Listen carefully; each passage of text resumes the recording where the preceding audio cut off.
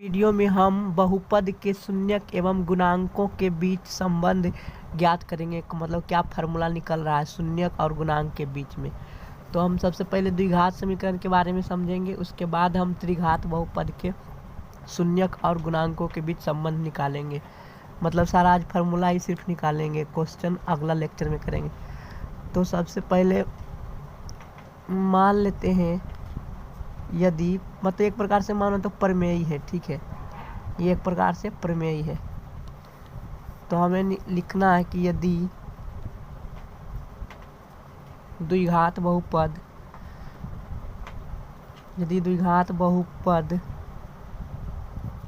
p of x बराबर ax square plus bx plus c। इस बात को ध्यान रखो, यहाँ पर जहाँ a बराबर नॉट इक्वल्स टू 0 रहे, 0 के बराबर नहीं रहे। अगर जो 0 के बराबर हो जाएगा तो फिर वो द्विघात बहुपद नहीं कहलाएगा। इस बात को ध्यान रखो। b c 0 हो सकता है लेकिन a कभी नहीं 0 होगा। तो यदि ये जो बहुपद है, ठीक, कि इस बहुपद के दो अधिकतम से अधिकतम जितना घात होता है उतना शून्यक होता है। तो कि यदि के दो शून्यक दो घात है तो 2 शून्यक होगा अधिक से अधिक, के 2 शून्यक या शून्यांक बोलते हैं, अल्फा एवं बीटा हो तो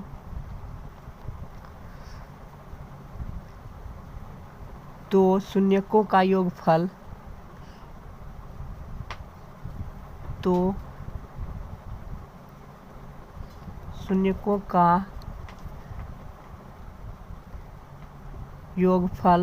अल्फा प्लस बीटा बराबर फार्मूला होता है -x का गुणांक बटे x स्क्वायर का गुणांक। इस फार्मूला को याद रखो। मतलब शून्यकों का योगफल बराबर होता है -x का गुणांक क्या है, x का गुणांक b है तो b लिखेंगे, बट्टे x स्क्वायर का गुणांक a है तो a। तो ये हमारा फार्मूला हो गया शून्यकों का योगफल, ठीक है। तथा शून्यकों का गुणनफल क्या होता, ये पहला फार्मूला हो गया। दूसरा फार्मूला शून्यकों का गुणनफल शून्यकों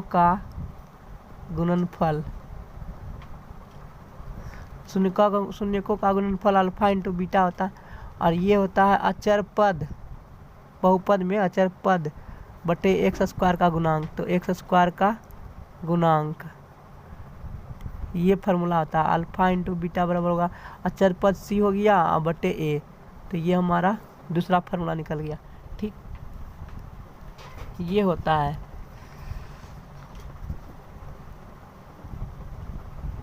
तो हम ये फार्मूला कैसे आता है हम वो निकालेंगे, लेकिन हम सबसे पहले ये देखते हैं, इससे क्वेश्चन पूछा जाता है तो हम इसका क्वेश्चन भी बताएंगे अगले लेक्चर में। हम यहाँ पर सिर्फ ड्राइव कर रहे हैं, ये हो गया। अब इसके उल्टा अगर जो रहेगा तो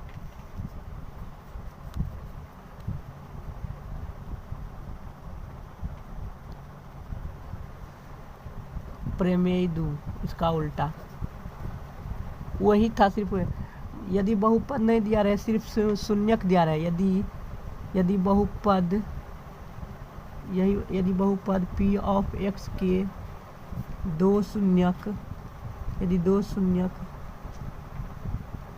यदि किसी बहुपद के 2 शून्यक अल्फा एवं बीटा हो तो वह बहुपद क्या होगा। तो वह जो बहुपद है, वह बहुपद p ऑफ x बराबर क्या होगा, k लिखा जाता है कांस्टेंट, ऐसे ही सिंपली ये k अचर पद है, 1 2 3 4 इस तरह से, x square minus alpha plus beta, मतलब अल्फा प्लस बीटा क्या हो गया, शून्यकों का योगफल into x plus alpha into beta. इस तरह से बहुपद निकालेंगे अगर जो ये होता है, ठीक है। अब ये होता है तो कैसे होता है, तो ये हम अभी बता रहे हैं इसको प्रूफ करके, ठीक है। हम जानते हैं 9 क्लास में मैंने पढ़ा हूँ कि अगर जो कोई एक शून्यक होता है, चूँकि अल्फा जो है अल्फा एवं बीटा जो है बहुपद क्योंकि अल्फा एवं बीटा बहुपद पी ऑफ एक्स के शून्यक है। तो जब शून्यक रहता है तब हम उस बहुपद में तो क्या होता है, जब शून्यक रहता है तो एक्स माइनस अल्फा एवं एक्स माइनस बीटा वो बहुपद का क्या होगा, गुणनखंड होगा। ठीक है, गुणनखंड होगा। ठीक, तो गुणनखंड होगा तो हम दोनों को गुणनफल करेंगे तो पी ऑफ बहुपद के बराबर होगा। ठीक है, तो जो पी ऑफ एक्स बहुपद है वो किसके गुणनफल के बाद होगा, दो गुणनखंड के योग गुणनफल का बराबर होगा, है ना। गुणनखंड के गुणनफल का बराबर होगा, गुणनखंड के गुणनफल के बराबर होगा। ठीक है, बहुपद बराबर होता है गुणनखंड के गुणनफल। जब शून्यक रहेगा तब इस बात को ध्यान रखो। तो यहाँ पर दोनों गुणनखंड है तो ये जो बहुपद आएगा वो हम सिंपली दोनों के गुणनखंड को गुना कर देंगे तो आ जाएगा x minus alpha into x minus beta. तो जब हम गुना करेंगे तो क्या होगा, x square minus of alpha plus beta into x plus alpha into beta. तो इसीलिए मैंने बोला था कि बहुपद भी इस तरह से निकाला जाता है। ठीक, तो मैंने निकाल दिया हूँ बहुपद जो था, वहाँ पर के का वैल्यू 1 भी हो सकता है। तो इस तरह से हम बहुपद भी निकाल सकते हैं और उसका रिलेशन भी निकाल सकते हैं। ठीक है, अल्फा बीटा शून्यक था तो हम देख रहे हैं कि यहाँ पर क्या हो रहा है, एक्स का जो कोफिशिएंट है वो ये आ रहा है और यहाँ पर ये आ रहा है। ठीक है, तो अब हम अगला पेज में हम अगला फार्मूला निकालते हैं। यहाँ पर मैं ही नंबर 2 लिख रहा हूँ त्रिघात बहुपद के लिए। यदि बहुपद पी ऑफ एक्स के 3 शून्यक अल्फा बीटा एवं गामा हो तो त्रिघात बहुपद है। ठीक है, इस बात को ध्यान रखो। और त्रिघात बहुपद तो क्या होता है, संबंध जहाँ की पी ऑफ एक्स बराबर दिया हुआ, ये नीचे लिखेंगे पी ऑफ एक्स बराबर दिया हुआ a x cube plus b x square plus c x plus d. यहाँ भी ए नॉट इक्वल्स टू 0 है, इस बात को ध्यान रखो। तो क्या होता है, शून्यकों का योगफल बराबर शून्यकों का योगफल बराबर होता है माइनस एक्स स्क्वायर का गुणांक बट्टे एक्स क्यूब का गुणांक। मतलब क्या है, शून्यकों का योगफल alpha plus beta plus gamma बराबर होगा माइनस बी बट्टे ए। ठीक, ये फार्मूला हो गया, ये भी याद रखना। ये त्रिघात बहुपद के लिए, वो द्विघात बहुपद के लिए था। और क्या होगा, फिर था दो शून्यकों के योग, दो शून्यकों के गुणनफल का योग, दो शून्यकों के